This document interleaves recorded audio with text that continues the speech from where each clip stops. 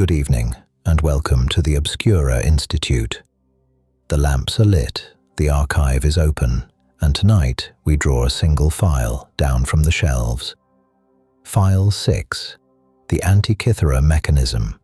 Settle in, make yourself comfortable, and let us begin. Between Crete and the Peloponnese, there is a quiet stretch of sea, and in it a small rocky island called Antikythera.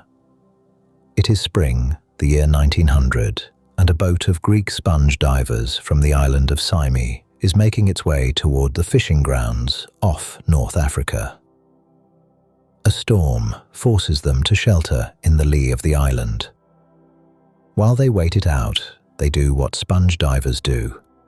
They put on the heavy canvas suit and the copper helmet, and they go down to look. The captain was a man named Dimitrios Kontos. One of his divers, Elias Stadiatis, went over the side and came back up, by the account that has come down to us, badly shaken. He had seen shapes on the seabed. Bodies, he said, horses and men, scattered across the sand. What he had actually found, some 45 to 60 meters down, was a shipwreck full of statues, their bronze and marble limbs lying where they had settled 2,000 years before. The wreck turned out to be a Roman-era merchant vessel, dated by its cargo to somewhere around 60 to 50 years before the Common Era. It had gone down carrying a rich load: bronze statues, marble figures, glassware, fine pottery, coins. Over the next 2 seasons, in 1900 and 1901, the divers worked the site together with the Hellenic Royal Navy, one of the very first times anyone had attempted underwater archaeology on this scale. It was slow, dangerous work at that depth, in equipment that gave a diver only minutes of real safety. But piece by piece, the sea gave the cargo up. Among everything they raised was one object nobody had a use for: a shapeless lump, roughly the size you could hold in 2 hands, crusted with sea growth and green corrosion, with what looked like fragments of wood clinging to it. It came up with the rest of the salvaged material.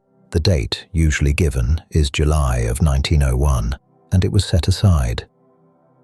Next to a life-sized bronze youth and a marble horse, a corroded bronze mass had very little to say for itself.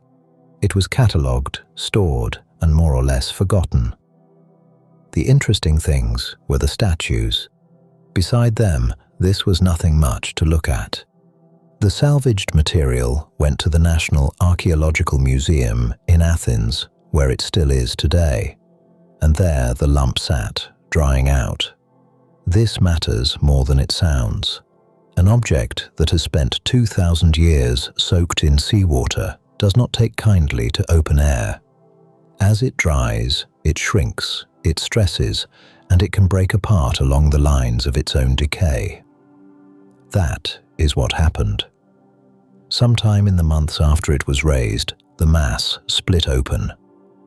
On the fresh surface, where the bronze had cracked, there was something no one was prepared for: teeth. The small, regular, finely cut teeth of a gear wheel. Not a decorative pattern, not an accident of corrosion. A wheel made to turn against other wheels, engineered with a precision that looked entirely wrong for its age. On the 17th of May, 1902, an archaeologist named Valerios Stais was examining the fragments and saw it clearly. A gear wheel embedded in the bronze, and alongside it, traces of Greek inscription. That date is the one usually given for the discovery of the gears. It opened a question that took most of the following century to answer, because a machine like this had no business being aboard a ship that sank before the birth of Christ. Think about what was known of ancient technology at the time. The Greeks and Romans were understood to be brilliant with geometry, with architecture, with water and levers. Gearing of this delicacy, interlocking toothed wheels cut small and fitted close, belonged, as far as anyone knew, to a much later world, to medieval clockmakers, to the Renaissance, not to a Roman merchant ship. So the first honest reaction was doubt. Perhaps the thing had fallen into the wreck later. Perhaps it was not as old as the cargo around it. For decades, the mechanism sat in an awkward gap between what it plainly was and what everyone believed was possible. Nobody could quite explain it, and so for a long while, nobody really tried. Over the years, the corroded mass separated further into pieces. After conservation, there are now 82 fragments in all. 7 major ones, labeled A through G, and a scattering of smaller scraps. The largest is called Fragment A, and it holds the greatest concentration of gearing. Scholars would take up the puzzle, turn it over, and set it back down, defeated. The corrosion hid almost everything. You could see gears at the surface, but not how they connected, not how many there were, not what they were for. The person who refused to leave it alone was a British-born physicist and historian of science named Derek de Solla Price, who worked at Yale. He began studying the fragments in the 1950s, and he stayed with the problem for the better part of 20 years. His great advantage was that he thought like a physicist. He did not just want to describe the gears.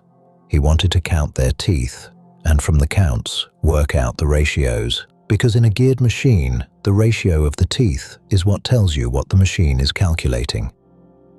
To see the teeth he could not reach, Price worked with a Greek physicist, Charalampos Karakalos, who in the early 1970s made gamma-ray and X-ray images of the fragments.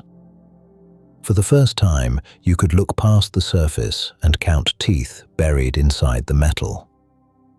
In 1974, Price published his conclusions in a long study with a plain, almost stubborn title, Gears from the Greeks, the Antikythera Mechanism. His argument was the one nobody had been willing to say out loud. This was a geared, astronomical calculating device. It had 30 or more gears. It used, he believed, a clever arrangement of one gear turning about another, what engineers call epicyclic gearing, to model the movements of the heavens.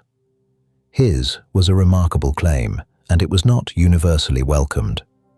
It asked people to accept that someone in the ancient Greek world had built a mechanical calculator by hand with the mathematics of the sky worked into brass.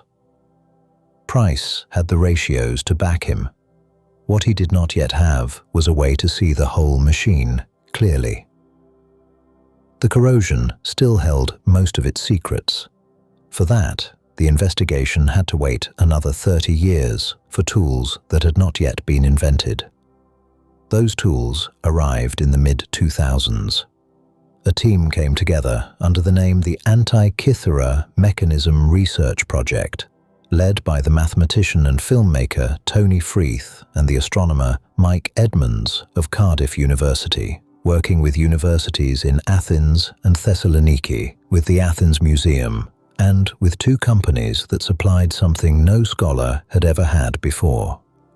One was Hewlett-Packard, which brought a surface imaging technique that lit the fragments from many angles and combined the images so that faint marks in the metal, shallow scratches of lettering worn almost flat, leapt into readability. The other was a British firm, X-Tech Systems, which built, specifically for this job, an enormous microfocus X-ray machine. It could take 3-dimensional scans, slice by slice, straight through the solid bronze. The machine weighed several tons and had to be brought to the museum in Athens because the fragments could not travel. The team gave it a nickname. They called it Blade Runner. The scans showed the inside of the machine as if the corrosion had been peeled away.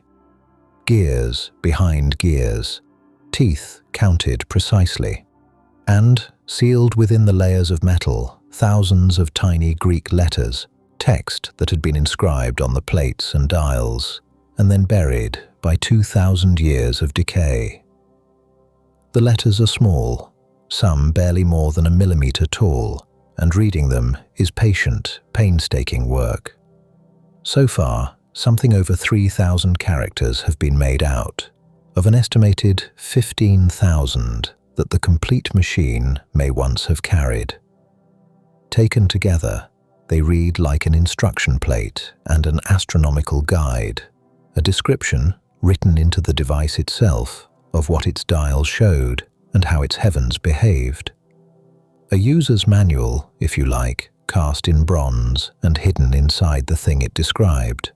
So, with the gears counted and the text emerging, what did it actually do?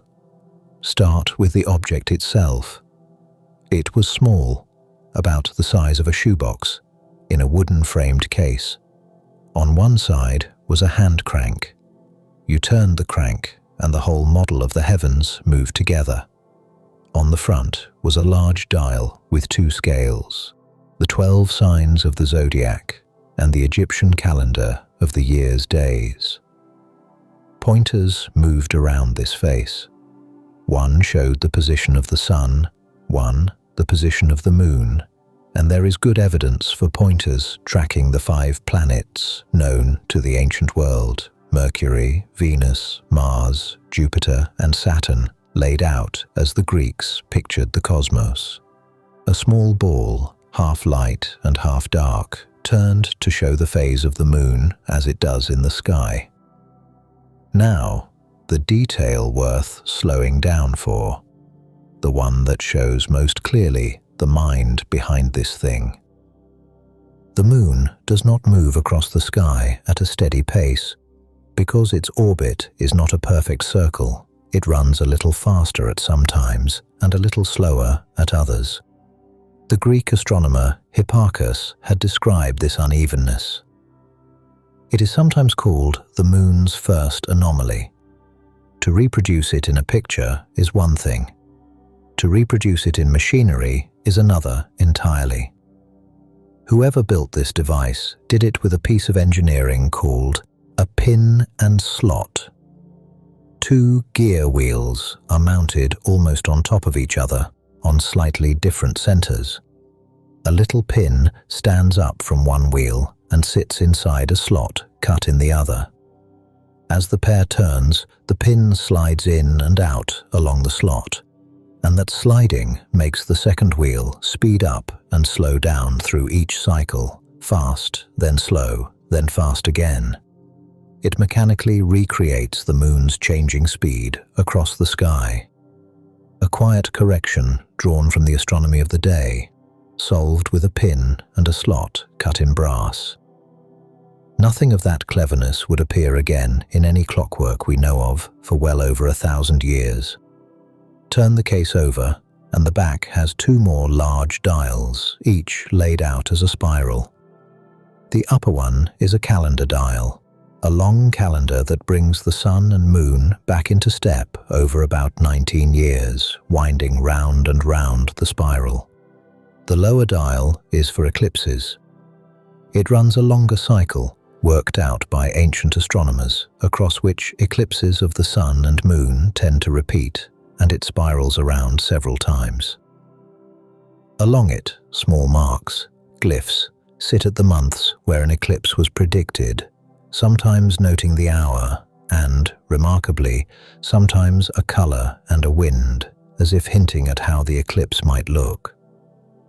There is a smaller dial too, and it is a very human touch. It tracks a 4-year cycle, the cycle of the Pan-Hellenic Games, the Olympiad. It was once misread as a longer astronomical count, but the corrected reading is the Games, and the month names inscribed on the calendar dial are Corinthian in form, which points the machine's origin toward the northwestern Greek world, or perhaps the colony of Syracuse in Sicily. You turned the crank, and all of it moved at once. The sun and moon in their places, the moon speeding and slowing as it truly does, the phase, the planets, the calendar, the coming eclipses, the next games. a working model of the Greek cosmos, small enough to sit in front of you. Here is what has never been comfortably resolved. Not who built it, we will come to that, but when it sits in the story of human engineering, because it sits alone. The mechanism dates to the 1st century before the Common Era. And after it, in the surviving record, there is silence. Nothing of comparable geared complexity is found in the ground, and nothing of comparable complexity is clearly described in any text for a very long stretch of time. Machinery this fine, this many gears, cut this well, doing mathematics this precise, does not appear again until the astronomical clocks of medieval Europe and the geared instruments of the medieval Islamic world. The usual way of phrasing the gap is 1,000 years, sometimes 1400. The comparisons people reach for are things like the great astronomical clock designed by Richard of Wallingford in 14th century England, or the astrarium built by Giovanni de Dondi around 1364, a clock that modelled the planets with trains of gears. Those are the next objects that feel like relatives of the Antikythera mechanism. They were made more than a millennium later. The sources vary on the exact figure, 1,000 years, perhaps more. But the shape of the thing is clear enough, and it is genuinely strange. It is as if a whole branch of engineering flowered once in a single surviving object, and then vanished from the record entirely, leaving no clear line of descent to anything that came after. That is the real puzzle. Not that the ancient Greeks were clever, we already knew that. It is that this particular cleverness seems to have died with almost no trace and had to be reinvented slowly from something close to nothing more than 1,000 years later. Who then? The machine carries no maker's signature, no name, no workshop stamp. So, the search for its maker is a matter of weighing candidates against the evidence, and the evidence is suggestive rather than decisive. One name that comes up is Archimedes of Syracuse. Archimedes died in 212 BC, likely too early to have made this exact device, but there is a tradition tied to him that matters. The Roman writer Cicero describes a geared instrument, a kind of bronze sphere said to have been made by Archimedes that showed the movements of the sun, moon, and planets. If such a tradition of planetary machines existed and traced back to Archimedes, then the mechanism belongs to a line of craft that he may have begun. And the Corinthian month names pointing toward Syracuse keep his city gently in the frame. A second name is Hipparchus of Rhodes, the astronomer whose theory of the moon's uneven motion is built into the gears. The pin and slot device reproduces exactly the lunar behavior Hipparchus described. Whoever designed that part of the machine knew his astronomy intimately. That does not prove his hand touched it, but it ties the mechanism to his school of thought. A third candidate is really a place. The island of Rhodes was a center of astronomy and instrument making in this period. The philosopher Posidonius kept a school there, and Cicero, writing in 45 BC in his work on the nature of the gods, mentions a sphere made by Posidonius that modeled the heavens, the same kind of object described within a generation of when the mechanism was made. The wreck itself is thought to have called at Rhodes on its voyage. For many, Rhodes is the favored origin, the right place, the right knowledge, the right moment. None of these threads closes the case. The most honest reading is that the mechanism came from a specific, sophisticated tradition of Greek astronomical craft, a tradition we can see the shape of through Cicero's descriptions and through the machine itself. even if the individual hands and the exact workshop stay just out of reach. There is a limit to how much we can ever know, and it is set by the sea. Only a fraction of the machine was recovered. Of the gears, at least 30 survive. The reconstructions suggest the complete device had around 37 or more. So gears are missing. Parts of the dials are missing. Much of the planetary display, in particular, is reconstruction, a careful reading of what the surviving evidence and the inscriptions imply, rather than a thing we can hold and count. The machine we describe is partly the machine we have deduced. And in more than a century of searching, no second mechanism has ever been found. Not a twin, not a simpler cousin, not a broken piece of another one. This single, incomplete, corroded object is, so far, the entire record of its kind. That leaves the largest question open. Was it a singular marvel, a one-off, the masterpiece of a rare mind that left no lasting school? Or was it one survivor of a craft that was more common than we can prove? A craft whose other products were melted down for their bronze, or lost at sea, or simply rotted away, leaving this one example only because it happened to sink and be forgotten in salt water. We cannot yet say. The wreck at Antikythera has been dived again in recent years with modern equipment, and it has given up more of its cargo, but no second mechanism. The label the machine often wears, "the world's first computer," is a popular phrase rather than a technical one, and it flattens something more interesting than it captures. This was not a computer as we mean the word. It was a model of the heavens, turned by hand, that carried the best astronomy of its age in a case the size of a shoebox, and then disappeared so completely that when it surfaced again, no one could believe what they were holding. And so we are left with the picture of it. One small bronze thing, lifted from a storm-sheltered wreck by sponge divers who were looking for something else entirely, drying in the Athens air until it cracked open and showed its teeth. It tells us the knowledge was there. The rest, how far it spread, how it was lost so completely, settles back into the quiet of the sea it came from. If you could ask its makers one question about this little bronze machine, what would it be? And what do you believe it was truly built for? Tell us below. And that is where we leave File 6 for tonight. Thank you for spending this quiet hour in the archive. If you enjoyed this case file, a like and a subscribe genuinely help the Institute grow, and turning on notifications means the next file finds you the moment it opens. The lamps will stay lit, and the Institute will be here whenever you wish to return. Until then, rest well.